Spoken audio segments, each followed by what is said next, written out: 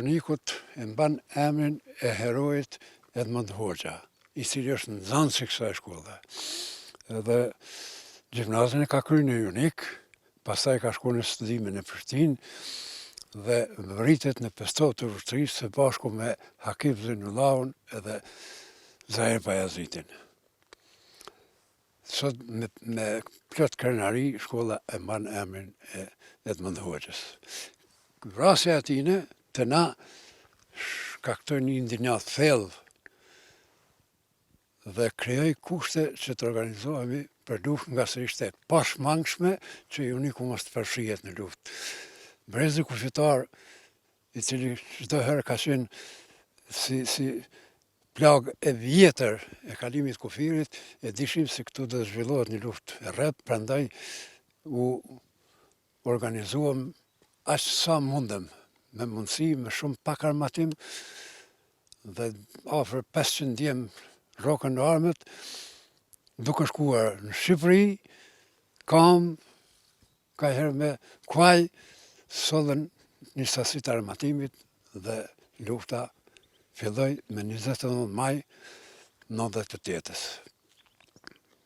Në këtë kohë, nëpër Junik kanë kaluar shumë luftëtarë të krejt Kosovës, të cilët i kemi prit, i kemi ushqye, i kemi pri për të dalë jashtë kufinit në tokën amë të Shqipërisë dhe i kemi përcjell me armatim derisa kanë kaluar rrugën Deçan-Gjakov. Një numër i madh i traktorëve i kanë përcjell deri në Drenicë me armatim ata djem dhe ata traktor kurse në kthy mohon këtë thonë. Blen të përmendi që në Junik është formuar batalioni prej 3 kompanive, të cilat i kanë udhëheqë e provat rezervë të Junikut bashkë me gjithë të tjerët që janë mobilizuar në luftën për Shlerin. Vlen përmendi se Juniku është mbajt 2 muaj e gjys, plotësisht kam slavi nuk ka shkel në këto troje. Por mungesa e armatimit edhe e sidomos e fishekëve ka shkaktuar që ndoshta edhe të tërhiqemi për shkak se ishte një sulm shumë i madh i armikut në gjitha anët. Granatimet vishin gjatë ditës dhe 1000 granata i numërojmë që kanë ra. Nga podi i Kështenjave në Deçan, nga suka e Baballoqit, nga suka e Biteshit, afër Tremjanit që është në gjitha drejtimet, edhe nga Ponëshesi, sulmoi Juniku me çdo mjet të armatimit ram.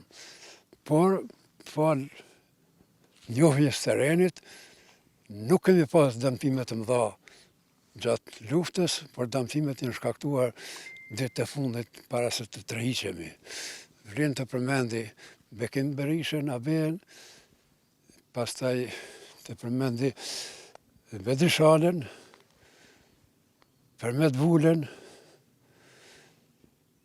e të tjerë që kanë dhënë jetën në Junik, por edhe djemt e Junikut, të cilët janë angazhuar pastaj pas tërheqjes në Shqipëri, duke bërë ushtrime për përgatitjen e betejës Kosharës.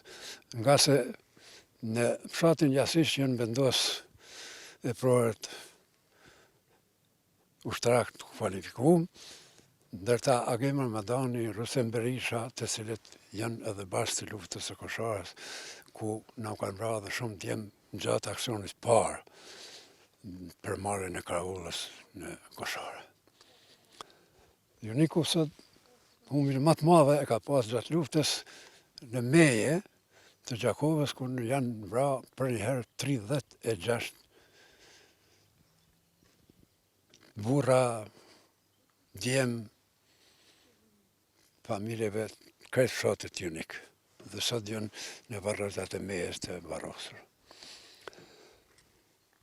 Po, në Koshare në vrarë ditën e parë Bashkim Jasishi, ma vonë Fadil Maloku, edhe shumë të tjerë të cilët kanë dhënë një kontribut madh në zhvillimin e betejës së Koshorës. Pas përfundimit të luftës,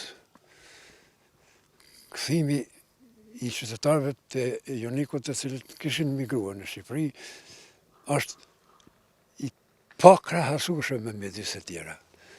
Në Djegurina janë ardhur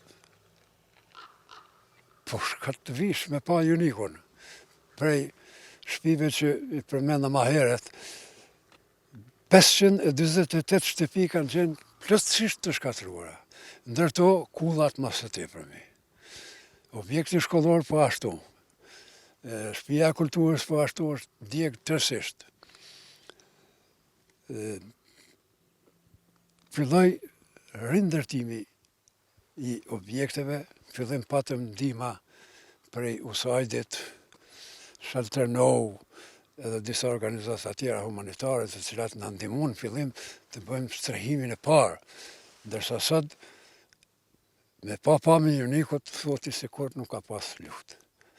Kanë mri që fshati të gjallërohet. E fitoria më e madhe është kthimi i statusit së komunës së Jonikut, i cila na ishte marrë padrejtisht e dërguar me dëshan. Komuna organizoi tani me udhëheqjen komunale në organizimin e infrastrukturës.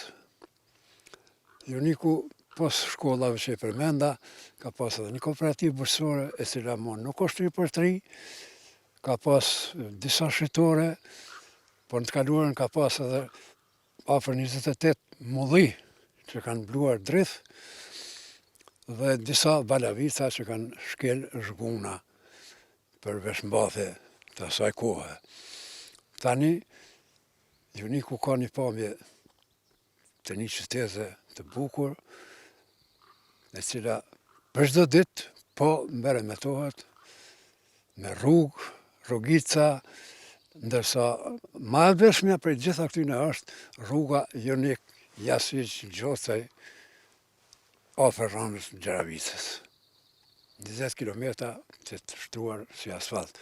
Vlen përmendjes se Jonika, si të thash ma herët, verën e kanë kaluar në Bjeshk, tani janë ndërtuar shumë bujtina, shumë e kalojnë vikendin, a ma e vlefshmja është që ka marrë një formë të zhvillimit të turizmit,